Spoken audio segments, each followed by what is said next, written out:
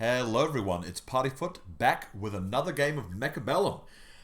This one, I think, was one of my best games ever so far in terms of excitability.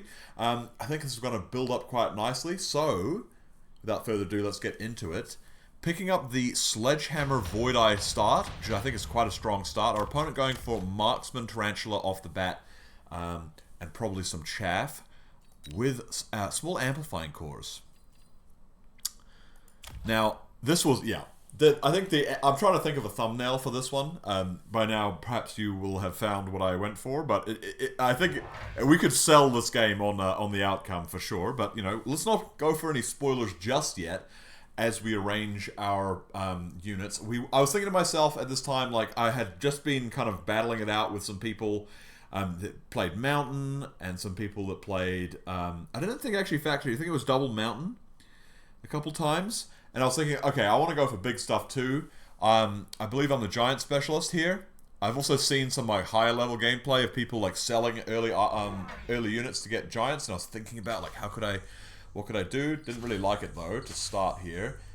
Our opponent puts the amp cores on the marksman and goes for an aggressive side position.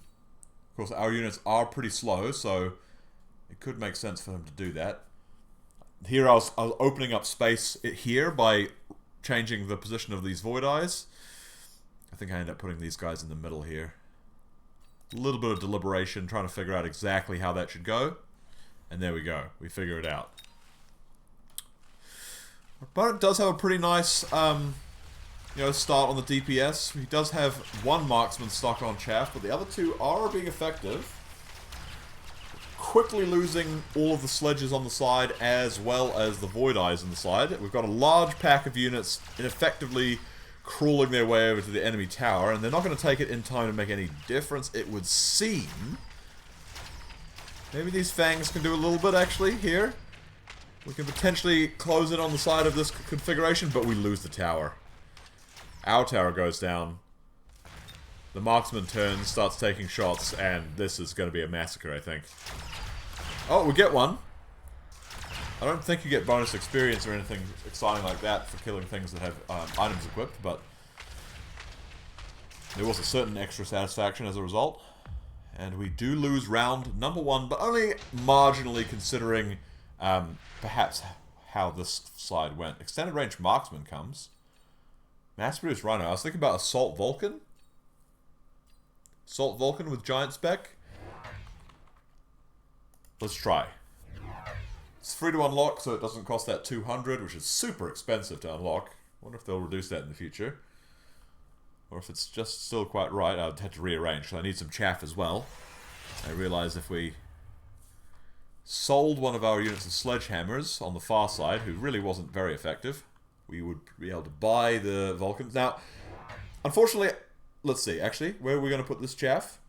We do know that we need more chaff. That seems decent. Hopefully that would cover these two marksmen for the initial part of the round and keep our more vulnerable units safe from that initial fire as we get in. Assault... I probably put this guy a little bit too far back, considering he's quite tanky and could be in front of all this. But, you know, with the Assault Marksman. But I was just worried that with the extra speed they'd get way out ahead. And I was... Being a coward, effectively. Cowardice! We must discourage cowardice in ourselves. I don't know. I don't know why I'm doing like a 40k kind of rant there. Reciting the litanies of faith, you know. Get hyped up, ready for this match. Are you guys ready for what's going to happen in this match? I actually don't think many people will be ready. And this is the kind of thing that, like, may go down in history. You never know. It'll be like, you know, when they're talking about the history of the 21st century, it'll be like the first reusable rockets and this game of Mechabellum that was, you know, played in, I don't know, what is it, August? Is it August? I think it's August. Oh, we're getting bogged down, though. Ooh, always satisfying to see that, but just getting plinked down by the full firing line, which is unfortunate because it's going to give those guys levels pretty quickly. He's also he went for the extended range, didn't he? Super heavy armor comes out, or not super, but heavy armor, extended range marksman. Oh, I maybe understand a little more context. I didn't actually notice that he got the extended range marksman. Vulcan on this side, Assault Vulcan with the heavy armor. Have these Void Eyes back it up to try and take down this Tarantula. But these Vulcans aren't really countering the Tarantula, and our opponent goes for more Tarantula. And you know, these Marksmen are getting in pretty good uptime. I guess my argument is if we can take down the Chaff really quickly, then... No, I don't actually see it. At the time, maybe I was thinking, oh, we've got Void Eyes. Void Eyes are doing lots of damage. There are 3 units of Void Eyes in total against what is now 4 Tarantula. So they are locking on still pretty early. This pack is doing okay, but we still actually lose Void Eyes taking down level 1 Tarantulas, which is unfortunate. Vulcan gets caught on a Tarantula on this side. I'm seeing that and kind of lamenting, head in hand. Thinking this was the round we were going to take it, right? Hope that we could take down one of these nasty gentlemen in the background. Grabs a little bit more XP on the Vulcan. The debuff though, it's too much. And we get taken down. At least we do get one of them in the end. But we lose round number 3. I think this Vulcan does have a lot of HP with that upgrade on it. I was tempted by the Phoenix. I think Mustang just dies to Tarantula far too well, even though it might be okay against the Chaff and the Marksman. Scorpion. Let's just try and one tap these Tarantula maybe. Opponent also picks the Scorpion and they go for the Acid straight away. I think they actually revert this initially. But this was one of the things that I was most surprised by, because I go for a Fortress here. Our opponent going for... Yeah, so he backs out of the Acid. That is quite expensive. I want to pick up... I want to try and pick up a Giant and a unit of Chaff most rounds if I can, I think. And now we've got a bit of, like, anti-tank on both sides here. Alongside the anti-Chaff. And we're hoping this is going to be enough to start taking down these Tarantula. He does grab another Scorpion rather than that upgrade. That does seem prudent. Get some units out first. Use those deployments. And he puts some more Chaff down on this side. Disrespecting the Vulcan that we all know has been doing his best down here. Look at these stats. He's done his best. Come on, Silver Cross. He decides to deploy the Scorpions out on the flanks. Still no air units from either player, and still no anti-air from me. Now, that's one of the exciting things about this game. No spoilers.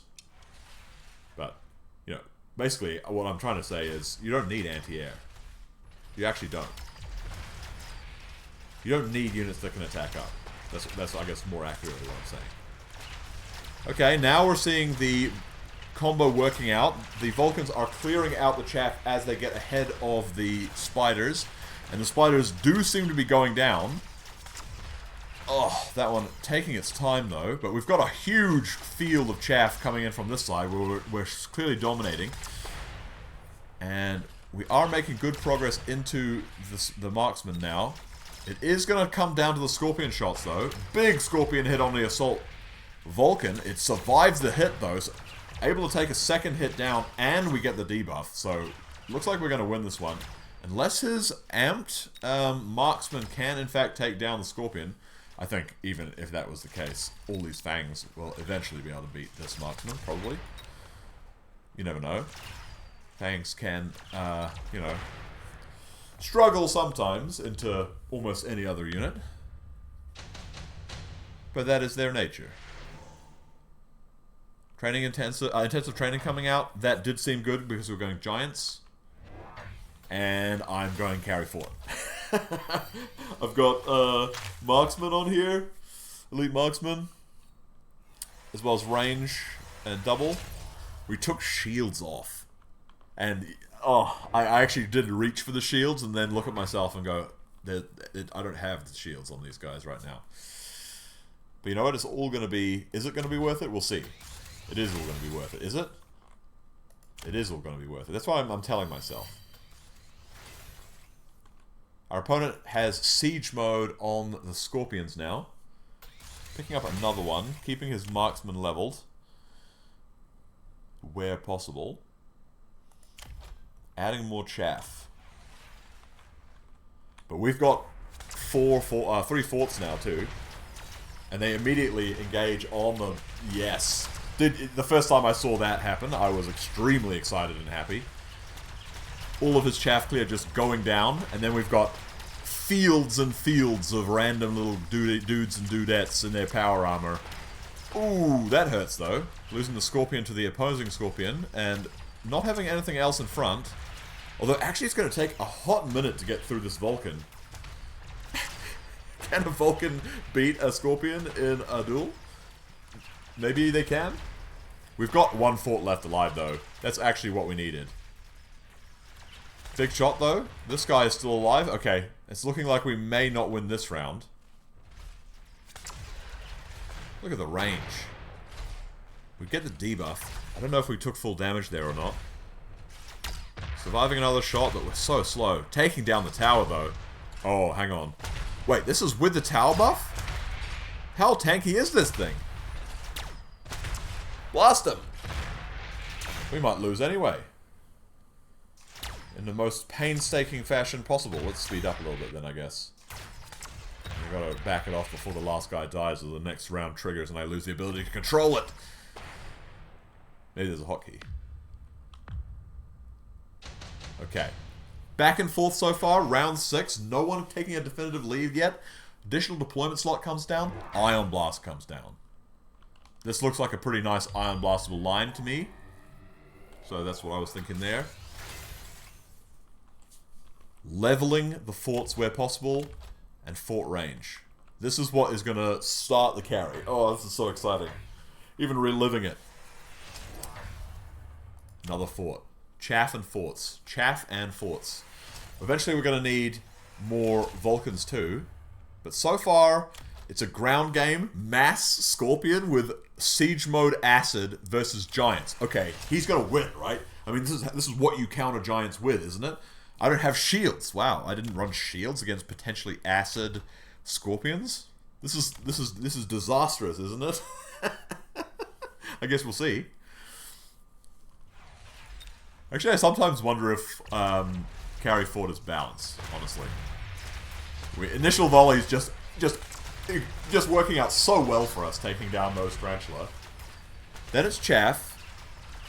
We're probably struggling a little more with the chaff. Those acid pools taking down the bots on the flanks pretty quickly. So it's mostly just 2 forts left quickly after the start of the round, which is unfortunate. And maybe the acid is exactly what he needs to deal with these giants after all. It makes sense. It not only does percentage health damage, but it also increases the damage taken by an incredibly large amount. So if you are standing in a pool of acid, you will not only inevitably die, and before too long, if you're someone who relies on having a lot of HP, and if you get hit with anything, which is like what's happening to you as a giant, you're getting hit all the time, then you also take loads of damage. It looks like we will get a little bit more XP for getting this. Of course, they've already leveled, so it's all for nothing. It's for the feels of everybody else. There was what, 1 fang there, was there? All right. Okay, so the siege mode Scorpions are ahead. They're slowly chipping me down. I'm starting to get a little bit more nervous. 2 Raidens. Here's where we maybe are going into a bit of an air swap out of our opponent. We are seeing Stormcoolers here, and we're thinking, can we just like blast some Stormcooler shots in here? Get value on these like super slow units, maybe? More chaff. We've got intensive training up.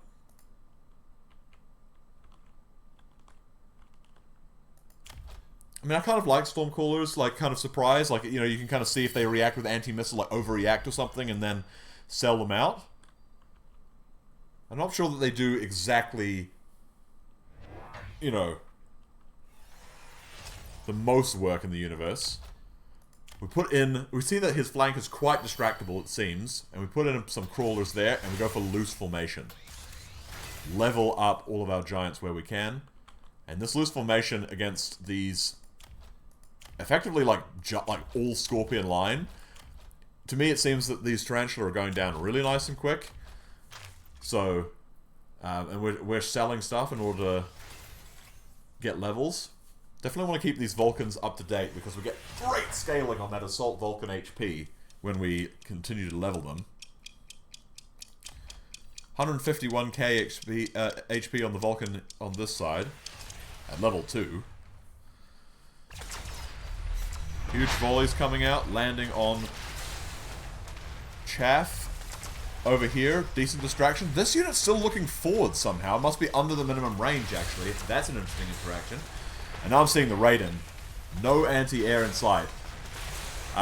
You know, if you've watched any other replays on the channel, you may know that there is some problematic behavior surrounding the purchasing of anti-air units at times. There's kind of a stubborn resistance to kind of countering what will inevitably result in the opponent winning if it goes unaddressed. But it looks like the ground is getting cleared out on the left-hand side. Can the Fangs that remain take down the Raiden? It doesn't look confident, and you know, there's a decent number of Siege Scorpos over here left over to deal with this fortress. It feels like we're going to lose this round too. And I was definitely thinking, oh gosh, that's despair. What have we got to deal with Raidens with? There just ain't nothing good we can do there. Advanced targeting, of course. We're trying to go carry fort. We want as much range as possible. And there it is. There's the elite marksman tech. Bumping them out to a respectable 165 with a 32,000 damage shot on a pretty fast cooldown. So that is seriously decent. Unlike these Scorpions that have less damage and a significantly longer reload.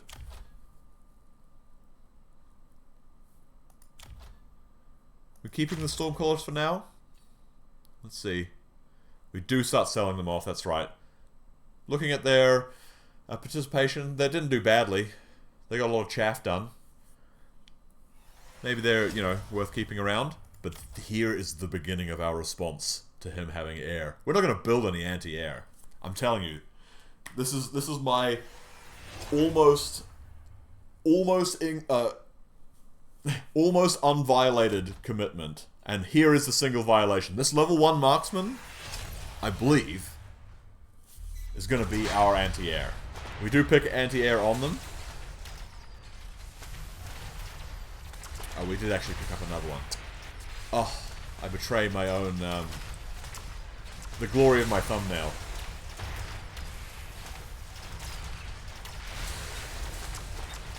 Okay, of course, we needed Marksman to deal with these Raidens, of course. Okay, well, you know, it wasn't actually as bad as I thought.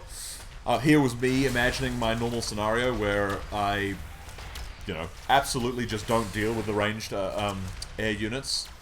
I think all the air units are ranged, actually. I wonder if they could ever have a melee one. They have to be pretty good at anti-air, I guess. Here we go. And the tide's turning in our favor now. That's right. Smack back with the Fortress Marksman getting huge damage. There's the Abyss. Sandworm Overlord. Our opponent's going to go for the Abyss. They're actually going for multiple Abyss. And I was just like, I'm going to get tanky stuff just to lead the way in. And Fortress Anti-Air. To catch any, you know, to kind of improve the takedown time of these guys.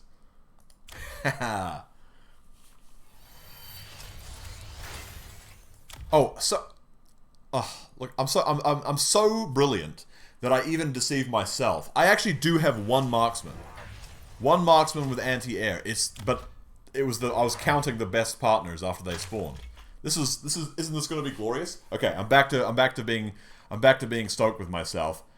Our opponent is going Disintegration, Efficient Maintenance, Double Abyss, which is it's incredible that they can afford that. That's wild. I guess the unit drop really helped with that. But Let's see if we can win this game with one Marksman being the only thing that we've actually bought that can shoot up. Technically. Technically. Yes! Oh, so glorious. And they immediately start shooting. They've got a decent amount of range now. They've all been leveling. Huge disintegration. Double disintegration waves. Doing a crazy amount of damage. These Vulcans, though, clearing out the loose formation foot crawlers coming at our opponent. Sandworm going in, getting taken down quite quickly. Another big disintegration wave coming across. Taking a lot of HP off our forts, but they're firing away still. First of the Abyss goes down. Second of the Abyss is taking a lot of damage.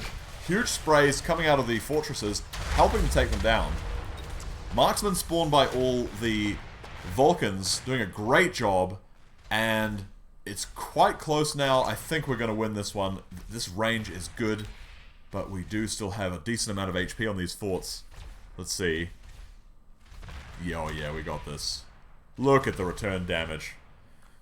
The DPS on these guys is phenomenal. Lightning Storm coming out. Light maintenance at this point is too late for sure, I'd say.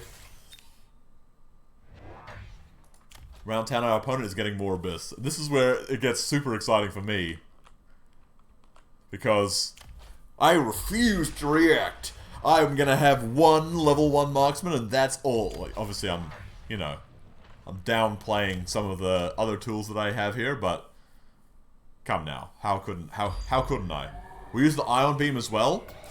Getting it across these Abyss, they should go down pretty quickly, I would think. And another Abyss on this side. I would have thought that this would be quite well distracted by these crawlers, but we'll find out. Lightning Storm for both of our sides. To hopefully even that out in terms of taking down chaff. Maybe there's more chaff over here to take than over there. Yes, these fortresses. I love carry forts so much. It's so much fun. Look at how much damage these things are doing. I think do they count their missiles? A lot of units don't count their spells for the damage. You know, they do 900 damage each and there's 16 of them. That's going to be a decent amount of damage over time, especially with Abyss's hitbox, like, soaking everything, basically. Okay. What are we going to do? Our opponent's trying to put down more and more chaff, I think.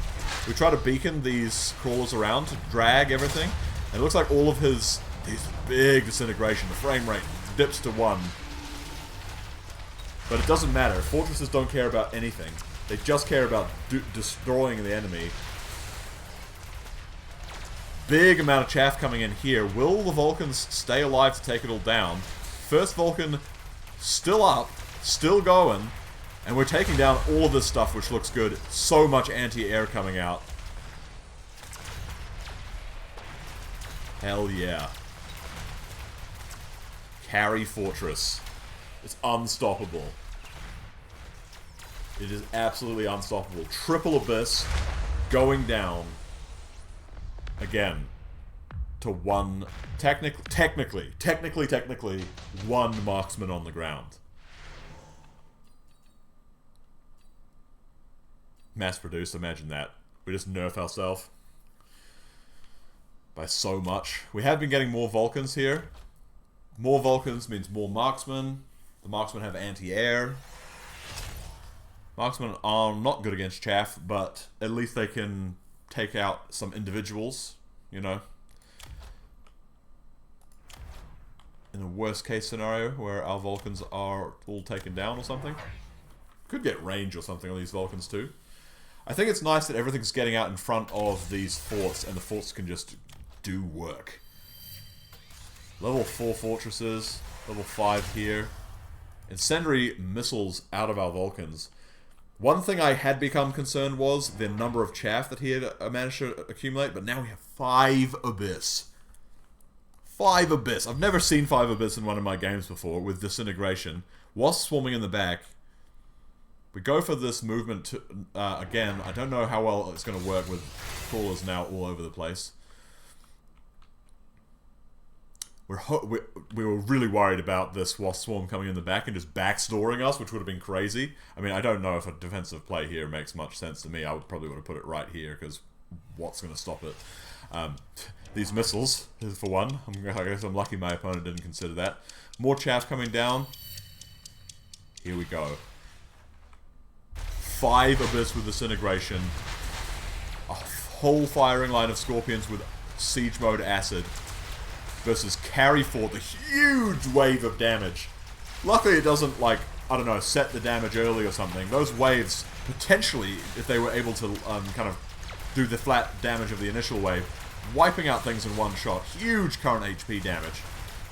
Everything going down so fast. I wish that it would record that number, because that is doing a lot of damage. You know, these guys are all chewing on chaff. Look at this. So unfortunate. Huge wave again. The Marksman's still alive, firing away, trying to take them down. The last of the forts still staggering in, having taken almost no damage. How are they not dying to these sweeps? Do these things just do, like, no damage to giants? How is that possible?